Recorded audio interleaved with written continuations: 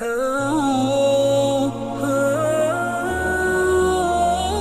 فی صفات کے حوالے سے حل ہوتا ہے وہ کیا ہے؟ جیسے کہ ابھی تک ہم نے صفات کی بات کی ہے، انسانوں کی صفات، فرشتوں کی صفات، ملائکہ کی صفات، انبیاء اولیاء اللہ کی صفات، لیکن ایک صفات وہ ہے جنہیں ہم پڑھتے ہیں سائنس میں پراپرٹیز آف دی میٹر. فلاں چیز کی یہ خاصیت ہے، فلاں چیز میں یہ صفت ہے، فلاں چیز کے اندر یہ تاثیر ہے، فلاں چیز میں یہ پڑھتے ہیں کہ نہیں پڑھتے؟ ساری کیمسٹری فزکس وغیرہ اسی پر چلتی ہے نا.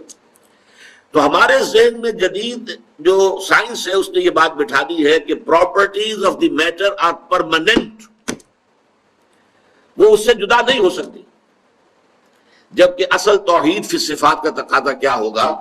یہ پراپرٹیز، یہ تاثیرات، یہ صفات، یہ خواص اللہ نے عطا کیے ہیں، ذاتی نہیں ہیں.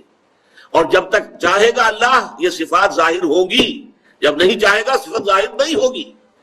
یہ ہے در حقیقت یہ توحید فی صفات کا تقاضا کہ میٹیریلزم جو ہے ایک فلسفے کی حیثیت سے، ایک ایٹیٹیوڈ آف مائنڈ کی حیثیت سے میٹیریلزم سے انسان جو ہے نجات حاصل کرے. اب مثال کے طور پر اس کا کتنا بڑا جو ہے ہمارے بڑے بڑے جو ہے شخصیتیں اس کے شکار ہو گئی. سر سید احمد خان شکار ہوئے جنہوں نے کہ معجزات کا انکار کر دیا. کیسے ہو سکتا ہے؟ پانی کی یہ پراپرٹی ہے، واٹر کیپس اٹس سرفیس، پانی اپنی سطح برقرار رکھتا ہے. کیسے ہو سکتا ہے کہ ایک عصا پڑے پانی کے اوپر سمندر پر، سمندر پھٹ جائے؟ انہونی بات ہے، نہیں ہو سکتی. یہ سر سید احمد خان کا موقف ہے. انہوں نے کہا یہ ہواؤں کا معاملہ تھا، ایک دفعہ بڑی تیز ہوا چلی، وہ سمندر کو ایک طرف لے گئی، پھر بعد میں وہ ہوا بند ہو گئی، سمندر واپس آ گیا. لیکن قرآن مجید یہ کہتا ہے فَانْفَلَقَ الْبَحْرُ فَكَانَ كُلُّ فِرْقٍ كَالطَّوْدِ الْعَظِيمِ، سمندر پھٹ گیا اور اس کا ہر حصہ جو ہے چٹان کے مانند کھڑا ہو گیا. الفاظ یہ ہیں، لیکن کیا ہے ذہن کے اوپر وہ نیوٹونین دور جو تھا، Newtonian physics, properties of the metre, laws of nature, laws of motion, یہ تو بالکل اٹل ہے، وہی سے زیادہ مضبوط ہے، ان میں کسی کمی بیشی کا امکان نہیں. آگ کی صفت ہے، آگ کی پراپرٹی ہے، وہ جلا دیتی ہے. کیسے ممکن ہے کہ حضرت ابراہیم علیہ السلام کو آگ میں ڈالا گیا ہو اور وہ جلے نہ ہو؟ نہیں ہو سکتا. یہ سارا معجزات، اسی کو نیچریت کہتے تھے ایک زمانے میں، جب سر سید کا یہ فکر جو ہے عام ہونا شروع ہوا. اور اس نے پھر اور بہت انڈے بچے دیے ہیں بہت سے لوگوں میں. قادیانیوں نے بھی یہ چیزیں جو ہے سر سید سے اخذ کی ہیں. اور اسی طریقے سے ہمارے ہاں کے منکرین حدیث جو ہے غلام احمد پرویز ہوں یا کوئی اور ہو، ان سب کے بابا آدم سر سید احمد خان تھے. یہ نوٹ کر لیجئے کہ سر سید احمد خان مرحوم، ان کی شخصیت کے دو پہلو تھے. ایک پہلو بہت عمدہ تھا، مسلمانوں کے ہمدرد، بہی خواہ، مسلمانوں کے لیے ان کے خیر خواہ، ان کے لیے بہتری سوچنے والے. ہندوستان میں مسلمانوں کا کیا معاملہ ہو جائے گا اگر انہوں نے جدید تعلیم حاصل نہ کی، اگر وہ بالکل جو ہے آئیں گے نہیں، نہ ملازمتیں ملے گی، وہ تو صرف سکے رہ جائیں گے یا قصائی بن کر رہ جائیں گے، اور تو کچھ کام ان کا ہوگا نہیں. تو وہ ایک محب قوم کی حیثیت سے ان کا معاملہ جو ہے وہ علیحدہ ہے. اس اعتبار سے وہ ہمارے بہت محترم ہے اور بہت ہی قابل عزت انسان ہے. لیکن وہ جو متکلم اور مفسر بن کر بیٹھ گئے، اس کے اعتبار سے ان سے بہت بڑی بڑی غلطیاں ہوئی ہیں. جنات کا انہوں نے انکار کر دیا. وہ تو چونکہ انویزیبل ہے، نظر نہیں آتے جنات. جن سے مراد در حقیقت یہ جو کہہ دیا ہے کہ جن آگ سے پیدا کیے گئے، یہ استعارہ ہے، محاورہ ہے. آپ کسی شخص کو کہتے ہیں کہ وہ غصے میں آگ بگڑ، تو وہ آگ تو نہیں ہو جاتا، انسان ہی رہتا ہے. لیکن مشتعل مزاج انسان کو جن کہہ دیا گیا، جو کہ غصے میں ایک دم آ جائے، ایک دم بھڑک اٹھے، جیسے آگ بھڑک اٹھتی ہے ایسے وہ جنات. اب یہ ان کی تعویل ہے. فرشتوں کا انکار کر دیا کیونکہ فرشتے نظر نہیں آتے. فرشتے نہیں ہیں، یہ سب فورسز آف دی نیچر ہے، اس کے سوا کچھ نہیں ہے. فورسز آف دی گریوٹی ایک فورس آف دی نیچر ہے، اس کو ایک فرشتہ قرار دے دیا. یہ ساری چیزیں کہاں سے پیدا ہوئی ہیں؟ اگرچہ آج وہ میٹیریلزم ختم ہو چکا ہے فزکس کی دنیا سے بھی. جب سے کہ دوسرا دور آیا ہے، آئنسٹائن کا دور آیا، ریلیٹیوٹی کا دور آیا، اس وقت سے یہ سارا معاملہ جو ہے بدل کر رہ گیا ہے. اب وہ نہیں ہے صورت. اب تو میٹر جو ہے، پہلے جب ہم پڑھتے تھے تو میٹر واز انڈسٹرکٹیبل، میٹر ختم ہو ہی نہیں سکتا. اور اب ہمیں معلوم ہے میٹر انرجی کے اندر تبدیل ہو جاتا ہے، میٹر کا وجود ختم ہو جاتا ہے، تحلیل ہو جاتا ہے، وہ انرجی بن گئی. پہلے یہ انرجی اور میٹر یہ علیحدہ کیٹیگریز تھی سائنس کی، آج یہ ایک ہی ہے، انٹر کنورٹیبل ہے. تو اس اعتبار سے وہ جو نیوٹونین دور تھا فزکس کا، اس کے جو اثرات تھے ہمارے مفسرین پر، ہمارے علماء پر، اس میں معجزات کے انکار والی بات بھی آئی ہے.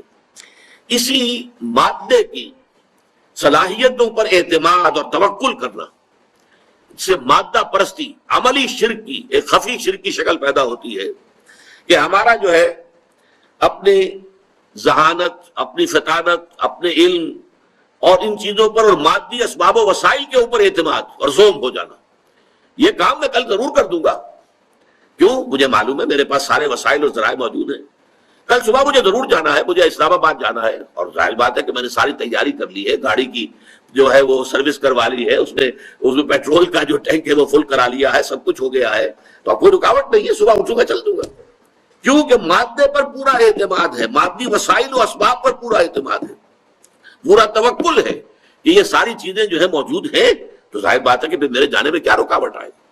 لیکن اسی بات کو قرآن مجید میں سختی سے روک دیا گیا، وَلَا تَقُولَنَّ لِشَيْءٍ إِنِّي فَاعِلٌ ذَلِكَ غَدًا إِلَّا أَن يَشَاءَ اللَّهُ، ہرگز کبھی یہ نہ کہنا کہ یہ کام میں کل ضرور کر دوں گا، مگر اس استثناء کے ساتھ اگر اللہ نے چاہے سارے وسائل ہیں، سارے اسباب ہیں، سب کچھ موجود ہے، لیکن اس کام کے ہونے کا دار و مدار اللہ کے اذن پر ہے۔ اسی لیے لا قوت الا باللہ، اسی سورہ کہف کے اندر جہاں یہ آیت آئی ہے وَلَا تَقُولَنَّ لِشَيْءٍ إِنِّي فَاعِلٌ ذَلِكَ غَدًا إِلَّا أَن يَشَاءَ اللَّهُ، وہیں پر یہ بھی آیا ہے، دو اشخاص کا جو ہے وہاں پر مکالمہ آیا ہے 5ویں رکوع میں، ان میں سے ایک مال مست تھا، ایک خدا مست تھا، خدا مست درویش اور ایک مال مست سرمایہ دار، ان دونوں کا مکالمہ آیا، تفصیل میں جانے کا موقع نہیں ہے۔ اس میں یہ ہے کہ اس شخص کے 2 باغ تھے بڑے عمدہ، اس نے سارا بندوبست کیا ہوا تھا، اریگیشن کا پورا نظام تھا، انہوں نے کہا یہ میرا باغ کیسے ختم ہو سکتا ہے، معاذ ان تبید ھذہ ابدا، کیا تم مجھ سے کہہ رہے ہو کہ اللہ کا شکر ادا کرو، اللہ کا حق ادا کیا کرو، دیکھو یہ چیزیں اللہ نے تمہیں دی ہیں، ایسا نہ ہو کہ اللہ چھین لے، یہ معاذ ان تبید ھذہ ابدا، یہ تو میں نہیں سمجھتا کہ یہ جو میرا باغ ہے کبھی اجڑ بھی سکتا ہے، کبھی برباد بھی ہو سکتا ہے، میں نے سارے اسباب اس کے لیے تیار کر رکھے۔ اس کے جواب میں پھر کہا تھا اس نے، قال له صاحبه وهو يحاوره اكفرت بالذي خلقك من تراب ثم من نطفة ثم سواك رجلا لكن هو الله ربي ولا اشرك بربي احدا ولولا اذ دخلت جنتك قلت ما شاء الله لا قوة الا بالله۔ کیوں نہ ایسا ہوا کہ تم اپنے باغ میں جب داخل ہوئے، تمہیں باغ کا منظر بڑا اچھا لگا، بہت عمدہ لگا، باغ جو ہے پھلوں سے لدا ہوا ہے، درخت جو ہے پھلوں سے لدے ہوئے ہیں، باغ میں بہار ہے، تو تم کہتے ہیں ماشاءاللہ، یہ سب کچھ اللہ کی مشیت سے ہے، اللہ کی قدرت سے ہے، اللہ کے کرم سے ہے، اللہ کے فضل سے ہے، اللہ کی دین سے ہے، لا قوت باللہ الا باللہ، اللہ کے بغیر کوئی طاقت نہیں، کسی شے میں کوئی تاثیر نہیں۔ چنانچہ یہی بات شیخ عبد القادر جیلانی رحمۃ اللہ علیہ، انہوں نے جو اپنے بچے کو وصیتیں کی تھی، جیسے کہ ہم نے پچھلے درس میں حضرت لقمان کی نصیحتیں جو انہوں نے اپنے بیٹے کو کی تھی وہ پڑھی ہیں، تو وصایا جو ہے شیخ عبد القادر جیلانی رحمۃ اللہ علیہ کی، ان میں ایک جملہ یہ بھی ہے کہ میرے بچے اس حقیقت کو ذہن نشین کر لے، لا فاعل فی الحقیقت ولا مؤثر الا اللہ، حقیقت میں کوئی مؤثر، کوئی فاعل اللہ کے سوا ہے ہی نہیں، تاثیر کسی شے میں نہیں ہوگی اگر اللہ نہیں چاہے گا۔ یہاں تک آتا ہے کہ ہر لقمہ جو تمہارے حلق سے نیچے اترتا ہے اللہ سے اذن کا طالب ہوتا ہے کہ میں اس شخص کے حق میں غذا کا کام دوں یا زہر بن کر لڑ جاؤ اسے، یہ اللہ تعالیٰ کے اذن کے بغیر نہیں ہوتا۔